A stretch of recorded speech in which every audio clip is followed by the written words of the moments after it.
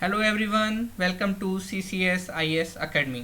Students, act series के under में आज हम डिस्कस करेंगे चार्टर एक्ट ऑफ 1813। ये एक्ट पास किया गया था 1813 में, दैट्स वाई इसको बोला था चार्टर एक्ट ऑफ 1813। आइए आगे बढ़ते हैं और उसको डिस्कस करते हैं। यस स्टूडेंट, एक्ट पास किया गया था ब्रिटिश पार्लियामेंट में। इस एक्ट के अंडर में कंपनी को फिर से 20 ईयर्स दे दिए गए थे, बट आपको याद रखना है स्टूडेंट, जब इस टाइम पर कंपनी का चार्टर रिन्यू किया गया था तो 20 ईयर्स कंपनी को दिए गए थे। ये दिए गए थे इंडियन टेरिटरीज को रूल करने के लिए, बट कंपनी की जो मोनोपोली थी, इंडिया के साथ ट्रेड करने की जो मोनोपोली थी, उसको एक्सटेंड नहीं किया गया था। ओके, ये आपको याद रखना है। तो कंपनी की मोनोपोली एंड कर दी जाती है, बट कंपनी को 20 ईयर्स फिर से दे दिए जाते हैं, उसका चार्टर रिन्यू कर दिया जाता है, but to administer to rule Indian territories. Okay, first इसका बैकग्राउंड समझते हैं स्टूडेंट। इस टाइम पर, अब आप ईयर देखिए 1813, तो 19th सेंचुरी चल रही है। इस टाइम पर एक कॉन्सेप्ट है, इकोनॉमिक कॉन्सेप्ट, ये था लेसेस फेयर। ये आपने इकोनॉमी में भी पढ़ा होगा। लेसेस फेयर बहुत ज़्यादा पॉपुलर हो रहा है। Laces fair is a French word. इसका मतलब होता है अलाउ टू डू। स्टूडेंट, ये कॉन्सेप्ट कहता है कि गवर्नमेंट का इंटरफियर इकोनॉमिक एक्टिविटीज़ में कम से कम होना चाहिए। ओके, अब ये कॉन्सेप्ट पॉपुलर हो रहा है। देन जो अदर कंपनीज़ हैं, ईस्ट इंडिया कंपनी से जो अदर कंपनीज़ हैं ब्रिटेन में, ये डिमांड कर रही थी ब्रिटिश गवर्नमेंट से कि हमें भी इंडिया के साथ ट्रेड करना है, आपने मोनोपोली ईस्ट इंडिया कंपनी को क्यों दी हुई है। तो ये कॉन्सेप्ट आप समझ सकते हैं, कह रहा है गवर्नमेंट इंटरफेयर कम से कम होना चाहिए, पॉपुलर हो रहा है, और अदर कंपनीज भी डिमांड करने लगी हैं कि हमें भी इंडिया के साथ ट्रेड करना है। सेकेंड स्टूडेंट, इस टाइम पर फ्रेंच रूलर नेपोलियन बोनापार्टा एक सिस्टम इंट्रोड्यूस करता है। इस सिस्टम का नाम था कॉन्टिनेंटल सिस्टम। ये कॉन्टिनेंटल सिस्टम क्या था, इसके बारे में थोड़ा सा आप जान लीजिए स्टूडेंट। 1805 में नेपोलियन एंड ब्रिटेन की एक लड़ाई होती है स्टूडेंट। इसका नाम था बैटल ऑफ ट्रफालगार। तो 1805 में लड़ाई हुई थी, और ये कह सकते हैं कि ये नेवी की लड़ाई थी। दोनों तरफ की नेवीज लड़ती हैं, जिसमें ब्रिटिश नेवी फ्रेंच नेवी को डिस्ट्रॉय कर देती है। अब बिकॉज आपको पता है ब्रिटेन एक आइलैंड नेशन है, एक आइलैंड कंट्री है। अगर ब्रिटेन के ऊपर आपको अटैक करना है तो इंग्लिश चैनल को क्रॉस करना होगा। विदाउट नेवी आप इंग्लिश चैनल को क्रॉस नहीं कर सकते। तो दैट्स वाई जब फ्रेंच नेवी को डिस्ट्रॉय कर दिया इंग्लिश नेवी ने, अब नेपोलियन के सामने कोई रास्ता नहीं बचा था कि वो इंग्लैंड को कैसे जीते, तो वो परेशान हो चुका था। कॉन्टिनेंटल यूरोप के मेन कंट्रीज़ को वो जीत चुका था, बट इंग्लैंड को, ब्रिटेन को वो नहीं जीत पा रहा था। तो दैट्स वाई जब ये बैटल ऑफ ट्रफालगार होती है और उसके बाद फ्रेंच नेवी को डिस्ट्रॉय कर दिया गया, देन नेपोलियन ये सिस्टम लेकर आता है। इसका नाम है कॉन्टिनेंटल सिस्टम। ये सिस्टम क्या था, इस सिस्टम के अंडर में नेपोलियन ने जो मेनलैंड यूरोप के कंट्रीज उनको बोल दिया था कि आप ब्रिटेन से कोई भी प्रोडक्ट नहीं खरीदेंगे, मींस इंपोर्ट नहीं करेंगे। ओके स्टूडेंट, ऐसा क्यों किया गया?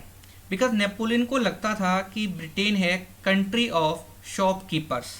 अगर हम उसके ट्रेड के ऊपर अटैक करेंगे देन ब्रिटेन घुटने पर आ जाएगा, वो अपने घुटने टेक देगा। ओके स्टूडेंट, दैट्स वाई ये कॉन्टिनेंटल सिस्टम लाया गया था। अब आप समझ सकते हैं, जब एक कॉन्टिनेंटल सिस्टम इंट्रोड्यूस कर दिया गया और यूरोप की जो मेनलैंड की जो कंट्रीज़ हैं, जो कॉन्टिनेंटल यूरोप की जो कंट्रीज़ हैं, वो ब्रिटेन से अपना इंपोर्ट जो है बंद कर देती हैं। इसके बाद स्टूडेंट अब ब्रिटिश कंपनीज़ को नुकसान होने लगा था। ये डिमांड करते हैं ब्रिटिश गवर्नमेंट से, बिकॉज ऑफ कॉन्टिनेंटल सिस्टम हमें नुकसान हो रहा है, तो आप हमें अलाउ कर दीजिए कि हम इंडिया के साथ ट्रेड कर सकें। उनकी ये डिमांड मानी गई स्टूडेंट, और उनको इंडिया के साथ ट्रेड करने के लिए अलाउ कर दिया गया। ओके, तो ये पॉइंट्स आपको याद रखने हैं। First laissez faire, second Napoleon Bonaparte का कॉन्टिनेंटल सिस्टम, ये इसका बैकग्राउंड था। और इसके बाद ईस्ट इंडिया कंपनी की मोनोपोली इंडिया में ख़त्म कर दी जाती है, केवल दो चीज़ों को छोड़कर, trade in tea and trade with China. T मतलब चाय में जो भी ट्रेड होगा वो अभी भी ईस्ट इंडिया कंपनी की उसमें मोनोपोली रहेगी। साथ में चाइना के साथ जो ट्रेड होगा, और स्टूडेंट इसमें ओपीएम भी शामिल था, चाइना के साथ जो ट्रेड होगा उसमें भी मोनोपोली अभी भी ईस्ट इंडिया कंपनी के पास रहेगी। इन दो चीज़ों को छोड़कर ईस्ट इंडिया कंपनी की मोनोपोली ख़त्म कर दी जाती है, और अदर कंपनीज ब्रिटेन की अब इंडिया में ट्रेड कर सकती हैं। ओके, नेक्स्ट आगे बढ़ते हैं, प्रोविज़न देखते हैं स्टूडेंट।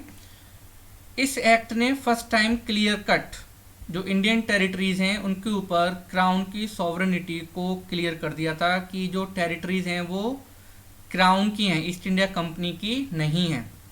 इससे पहले भी इस टाइप की बात की गई थी 1793 में, बट उसमें इंडियन टेरिटरीज की बात क्लियर कट नहीं की गई थी। बट जब ये एक्ट आता है 1813 का, तो उसमें क्लियर कर दिया गया था जो इंडियन टेरिटरीज हैं वो किसकी हैं, क्राउन की, वो ईस्ट इंडिया कंपनी की पोजेशंस नहीं है। अगर ईस्ट इंडिया कंपनी उनको रूल कर रही है तो किसके बिहाफ पर कर रही है, क्राउन के बिहाफ पर इंडियन टेरिटरीज को रूल कर रही है। तो कंपनी को बता दिया गया कि आप क्या हैं और सुप्रीम पावर कौन है, क्राउन। आगे बढ़ते हैं स्टूडेंट, अभी हमने डिस्कस भी किया था ईस्ट इंडिया कंपनी को फिर से 20 ईयर्स दे दिए गए, बट उसकी ट्रेड मोनोपोली खत्म कर दी गई, केवल दो चीज़ों को छोड़कर, trade in tea and trade with China. Okay, तो trade in tea and trade with China, इन दोनों चीज़ों को छोड़कर ईस्ट इंडिया कंपनी की मोनोपोली को खत्म कर दिया गया। नेक्स्ट पॉइंट जो बहुत ज़्यादा इंपॉर्टेंट है इस एक्ट का स्टूडेंट, इस एक्ट के अंडर में क्रिश्चियन मिशनरीज को अलाउ कर दिया गया कि वो कंपनी की टेरिटरीज, जो भी कंपनी की टेरिटरीज है वहाँ पर अपने मिशंस जो भी हैं उनकी ऑर्गेनाइजेशंस हेडक्वार्टर वो एस्टेब्लिश कर सकते हैं, और उसके थ्रू प्राइजलिटाइजेशन जो भी वो वर्क करते हैं, प्राइजलिटाइजेशन मतलब कन्वर्ट करना, क्रिश्चियनिटी को स्प्रेड करना, ये वर्क वो कर सकते हैं। इससे पहले, इस एक्ट से पहले ईस्ट इंडिया कंपनी ने क्रिश्चियन मिशनरीज को अपने एरिया से वर्क करना अलाउ नहीं किया था। Then student, Christian missionaries work करते थे मेनली सेरामपुर। सेरामपुर बंगाल में एक प्लेस है, ये आपको याद रखना है, ये क्रिश्चियन मिशनरीज की एक्टिविटीज़ के लिए बहुत ज़्यादा फेमस है, सेरामपुर। ओके, पहले ये डैनिश एरिया था, तो ये आपको याद रखना है सेरामपुर। ओके स्टूडेंट, तो सेरामपुर से पहले वर्क करते थे, बट 1813 के चार्टर एक्ट में क्रिश्चियन मिशनरीज को भी अलाउ कर दिया गया कि आप ईस्ट इंडिया कंपनी की टेरिटरी से भी अपना जो भी वर्क है वो कर सकते हैं। ओके, आगे बढ़ते हैं स्टूडेंट। इस एक्ट के अंडर में कंपनी को बोला गया कि आप एजुकेशन के लिए, वेरी इंपॉर्टेंट, आप एजुकेशन के लिए एनुअली 1 लाख रुपीज़ खर्च करेंगे। तो पहली बार ऐसा होता है कि कंपनी को डायरेक्ट किया गया कि इंडियन एजुकेशन पर, इंडिया में एजुकेशन के लिए आप एनुअली 1 लाख रुपीज़ खर्च करेंगे। इसके बाद स्टूडेंट ये प्रॉब्लम क्रिएट होती है कि ये खर्च 1 लाख रुपए जो खर्च करने हैं ये किस पर स्पेंड किए जाएं, इंग्लिश एजुकेशन या ओरिएंटल लैंग्वेज या ओरिएंटल एजुकेशन। तो वो जो टॉपिक है वो हम डिस्कस करेंगे, जो हमारा टॉपिक है एजुकेशन ड्यूरिंग ब्रिटिश। ओके, उसमें हम डिस्कस करेंगे आगे क्या हुआ, बट आपको याद रखना है 1 लाख रुपए एजुकेशन के लिए खर्च करने हैं। ओके, यहाँ से प्रॉब्लम क्रिएट होगी और ये प्रॉब्लम बढ़ते बढ़ते जाएगी इंग्लिश एजुकेशन तक। क्लियर, तो ये था स्टूडेंट चार्टर एक्ट ऑफ 1813। आगे बढ़ते हैं, विवेकानंद जी का एक कोट देखते हैं, stand up, be bold and take the blame on your own shoulders, do not go about throwing mud at others, for all the faults you suffer from you are the sole and only cause. Student आप समझ सकते हैं, अगर हमें failure मिलता है then हमारी आदत होती है कि हम दूसरे को ब्लेम करते हैं, बट एक्चुअली जो हमारा फेलियर होता है वो हमारी वजह से होता है। हम बहुत सारी चीज़ों को सही तरीके से नहीं करते हैं।